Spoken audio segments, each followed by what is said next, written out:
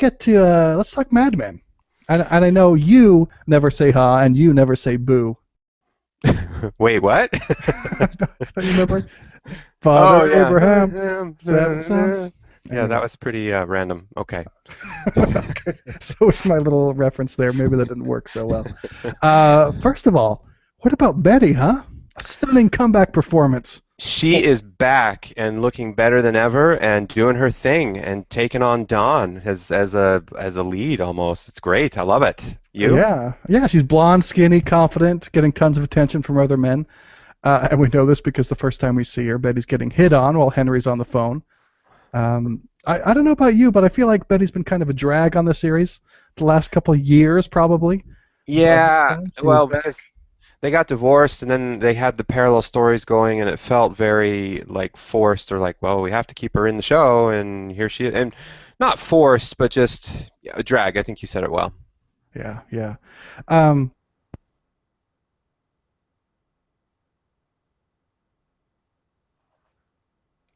Uh-oh. that other dude. And then we had Henry finding out, and then in the car, he's like, turn up the privacy divider. And he grills her. Like, what did he say? What else did he say? Is that everything? And then all of a sudden we find out this is like some elaborate foreplay that it really gets him going. I guess, is that what the takeaway was supposed to be, or was it just in the moment he's like, all right, we're done with that. Now lay it on me, sugar. Well, it seemed like he was mad, but at the same time he was getting turned on. So it makes me wonder if this is like a game they play, like every Friday night. It's like, try to get hit on, Betty. Then I'm going to make you tell me what he says, and then you're going to be mine. Right. And you juxtapose that with the lack of games with, how Dawn and her came onto each other, and it's just like, we're doing this? Okay. Uh, yeah, I guess you're sort of right. I mean, Don will get kinky sometimes, as we've definitely seen Yeah. when playing those power dominant submission games, um, but less this time. Right, and I don't know what to think of that because on the one hand, it was fun to see them get back together. On the other hand, it felt very like, what's the point of this? They sort of almost hinted at Dawn wanting to come back to Betty, but then Betty quickly was like, no, no, I'm happy. I'm just doing this because, whatever. I, Yeah, well, that was one of the things, right? Betty is so confident, so sure of herself, so at ease, at peace with the choices she's made. She's like, yeah, I'll sleep with Don, but I'm not going to go back to Don. And then right. the next morning, we see that she's very friendly and flirty and affectionate with Henry still. Doesn't want to go back to Don at all. And Don like goes over and sits at that little tiny table alone. Like, oh, okay. Yeah, he's got no one with him. Oh, That's right. sad. Except for not really sad because it's Dawn. But yeah, Yeah. I think it's a good thing for Betty. I don't know what else to say about it other than she looks great. She's back. She has more confidence. I don't know where it's going to go. It's like the end of the season. We saw her fat, then brown hair, and now it's like skinny and blonde again. And I don't know if that's supposed to play a trick on me. Like, am I supposed to not assume she's in a better place? But it sure seems like she is. So I don't know. Yeah. She added a lot to the episode. It seems like she's the only one who understands Don too. Right. Like I love how you look at me, but I know that it never lasts. And poor Megan, she doesn't realize that loving you is the worst way to get to you. Um, Yeah. Whew. so, what do you think, Bob? Who's the margarine and who's the butter between Henry and Don in Betty's life? I know. I think Don is the margarine and Henry is the butter, as it were. Oh wow, so Henry tastes better, but Don's cheaper. Yeah, well, I guess I could see it either way, but I feel like she's moved on. Dawn isn't a need for her anymore. She's almost toying with him more than she's, you know, getting upsold when she goes back to Dawn. I don't know. Yeah, it seems like her personal validation. She's derived value from her ability to be attractive to other men, and then she went through a phase of not feeling attractive.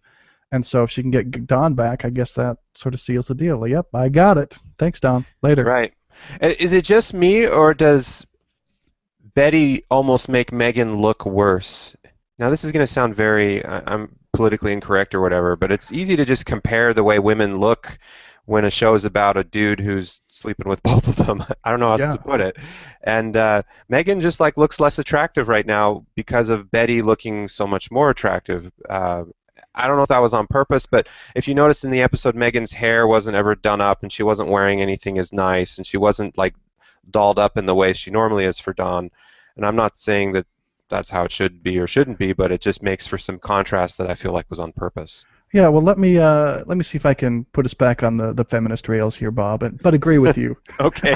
I feel like you're right. Betty was more attractive than Megan this episode, but I feel like it wasn't only because of those conventional things, because Betty was sure of herself, confident, knew what she wanted. She was taking charge of her own experience, whereas Megan wasn't so much. And so Betty taking the power was part of what made her more attractive than Megan in this episode. Okay, sure. But even if the thing was on mute, my point still holds true. I don't mean to be non-feminist by it, but one look. Okay, trying to save you there, Bob, but you can. I'll just drown myself. Yeah, what was that? No, yes, I agree with you, Logan. That was all very calculated and because of inner emotional feelings, less so than outward looks. Okay. No, you're right, though. I think both were definitely there. um, so butter and margarine, it's hitting us over the head with that. So I sort of went with it. Said, okay, well let's think about this show, this episode in terms of butter and margarine. Don and Ted. Um, they're arguing at the beginning about how to pitch their margarine clients. Taste or taste and price. And, where to talk. Cheaper substitutes was a big theme of this episode. And I started thinking about this from Peggy's point of view, all the men in Peggy's life. Don was like the original butter for her, but then she chose to go away from Don and Right. has all these other men. It's working out in various ways. Right. Yeah, and I thought it was interesting too that margarine, by definition, is already an imitation, and so to compete, it's almost Peggy has all these other options that aren't Dawn, and compared to each other, what's the point in differentiating when they're just not Dawn is the most obvious thing. But like she was never in the running for Dawn anyway, so I don't know where to take this, but interesting juxtaposition. Yeah, well, maybe not in the running for Don sexually or romantically, but in the beginning, certainly she looked at Don very much as a mentor. But in later episodes, and now that she's back again, it seems like Don is not always very nice to her, just because Don can be mean to people. And even in the terms of mentor, the way it went with Ted, I don't know. It seems like she thought she was choosing butter, but maybe they're both margarine. Because Ted, obviously, just to get that on the table, Ted comes and says, well, you can't touch my hand. Is this hard for you, or is it only hard for me? Oh, I wish we could be together, blah, blah, blah. Peggy goes through her other story, stabs her current boyfriend, who, just to get through that quickly, I guess, I thought it was hilarious when they're on the table, and he's like, this is not because of what you did, but your every waking moment is offensive to me. So we've got to end here. Anyway, she goes back to Ted. Hey, I'm available, and it's like, oh, great. Well, it's Monday morning. Let's get back to work. I'm happy for Peggy to be, to have Abe break up with her. I think it's time for her to move on. And he was just always kind of the epitome of what everyone is annoyed about toward liberals. Yeah, he was the 29-cent margarine. That's right. But what do you think? Well, I mean, we've spent a lot of time in this season thinking about how Don and Ted are different, especially from Peggy's point of view. But I think this episode, Don early. So let's see. Let me get this straight. So after Peggy doesn't take a side, Don comes in and says, hey, there's right or wrong. And she's like, well, I think you're both pretty similar, except he never makes me feel this way, Don says nastily. Oh, well, he doesn't know you like I do. Then fast forward to the end, all of a sudden, Ted is making Peggy feel terrible. Yep. Yep. And Don is kind of a dick in that moment when he's like, he doesn't know you like I do, but he just says it how it is. It's kind of true because Don has been with her through a lot of shit that nobody else knows Yeah, about. absolutely. And Ted is just a surface level fling, and so Peggy Peggy fell for that old formula of like, this guy makes me feel special. It's like that's just because you've only been on 2 dates with him and not even really any in this case. Yeah. We didn't talk specifically about last week's episode, Bob, but very briefly, what did you think of that crazy episode? Remind me, what was the craziness again? Oh, the energy shots that made everyone go Oh, sort of geez. Yeah, loopy. yeah. That was kind of a bizarre episode. Everyone was kind of flying high, and Don was on top of his game, but off his rocker at the same time. Yeah, it was obviously an experimental episode. I don't know if you remember the LSD episode from a year or two back. That Uh-huh. one was actually kind of interesting the way they played with LSD. I don't know. This one didn't work quite as well for me. The last No, one didn't work as well for me. it was, yeah, yeah. It was kind of a trip, but you had to remind me of it. It didn't leave a lasting impression. Let's just put it that way. So the reason I bring that up is that with this episode, this week's episode, I feel like we had another great one. In addition to Betty's huge comeback, which is obviously marking or going well for the episode. Um, well, see, I think Mad Men is at its very best, honestly, when it makes me feel like shit. And I mean, in the past, there have been episodes that have quite literally triggered like an entire week or more of actual depression in me. Wow. If I'm watching at a rough time of my life and we get a story arc about Sal or Pete or Don or Peggy or Lane or Joan or basically it could be anyone, if it hits close to home, it can push me right over the edge into a serious funk. Okay, so here's the thing, not to derail, but just briefly, I'm watching Breaking Bad right now, and I swear everything you just described applies to me channeling Breaking Bad. There's certain episodes where I'm like, holy, how does it know that that this is getting in my head? And it's great, but it's also just depressing. For everyone, just so you know quickly, I'm catching up on Breaking Bad because of the sixth season starting, I think, in August, and I'm behind, but only in season two right now. But everything Logan just described is happening to me for Breaking Bad. So there you go. Wow. This is something we got to explore in these supposedly great TV shows. Right. Um, but anyway, for some reason, it's bad for my life, but I love it when Mad Men makes me feel something that strongly. Um, and this one started to get to that a little bit when I just felt so bad for Peggy at the Yeah. end. And also, you know what, Roger, I felt really bad for Roger too. He's made his choices. He has to live with the consequences, but yeah, he's trying But to be a grandpa. No one wants him to be. He's trying to be a dad. No one wants him to be.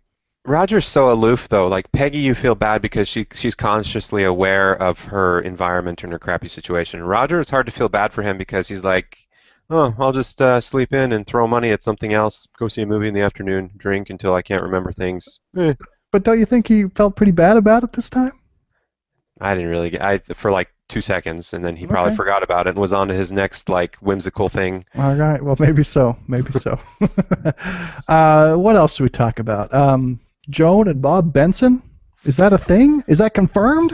Or I was was confused by that. I just they went to the beach together because you could tell by his crazy shorts? 70s shorts. Yeah. Um, But it sort of suggested maybe they're a thing, but I feel like it did leave some leeway for them just to have been an innocent little beach trip. yeah. Oh, but Joan did say something about Pete to Bob, and I thought that was really interesting. Here, let me see if I can find it so I can say it the right way. He's the only one who hasn't broken a promise to me. And I'm like, really? We're talking about Pete? And then I'm recounting, Yeah, that's oh, exactly what you. Huh? Let me think. oh, somebody said something flattering about the guy that everyone loves to hate. Hmm. And it was Joan of all people. I don't know. It's interesting. I flattering seems to maybe be putting it a little bit strongly, uh, Maybe so. because it kind of means he's always been upfront about being a dick. Oh, I didn't take it that way. I took it as like she has concern for him because he's the last bastion of traditional, honest, upfront relationshipness or something. And I don't know. Yeah, there's probably some of that too. Because I think she was saying it in the context of, I care for him a little bit. It'd be nice to make his life a little bit better. And then of course Bob Benson. Who is this dude, Bob Benson? He goes and I feel like that's exactly what Pete would do at the end. Like, I want to be very delicate about this, but here's a nurse, comes with the highest recommendations, and don't be mad at Joan. It's just that she's concerned about you and knows that I share that concern for you, and she'd exhausted her resources. That seems like something Pete would say, but here's Bob Benson doing it. And just who is this guy? Is he nice, or is he playing the long game here? Yeah, I think he's playing the long game, but I don't know. I'm still distracted because he's a character that I liked from the short-lived show Political Animals. Okay. But I like him as an actor, and as a character, though, I'm still torn, and I'm still thinking more about him as an actor, I guess. I don't know. Well, very mysterious. I don't think we know what to think about him yet. Yeah. Let's see. What else? Megan being come on to by her swinger co-star. Is there any chance that does not end up badly for Megan? She said it straight to her face. I mean, Megan said it straight to her co-star's face, like, "You're my boss, and I want to say no, but how do you think this is going to play out?" And then her co-star was like, or "You're the wife of my boss," is what she said. Her Yeah. co-star's like, "Well, you can just say no. You don't have to like rub it in my face." But I guess if I were Megan, I probably would have handled it the same way. Like, this is really weird, and in real time, I'm just expressing things. Um, Not going to be So good. yeah, it's going to be over for Megan in her acting career. I think so, but they could surprise us. Yeah, things end badly, not well, which is one of the reasons I like Mad Men, actually, as I was just describing. I tepidly agree. I All right, that about does us. Anything else you want to say about this episode, Bob? That's it. I'm looking forward to the season finale. Is that the next one, or do we have one more before? I think we're at the end. Are we at the very end? Oh wow, I thought we maybe had two more. I guess I should be aware of that, but it's coming right up. Right up. Yep. All right,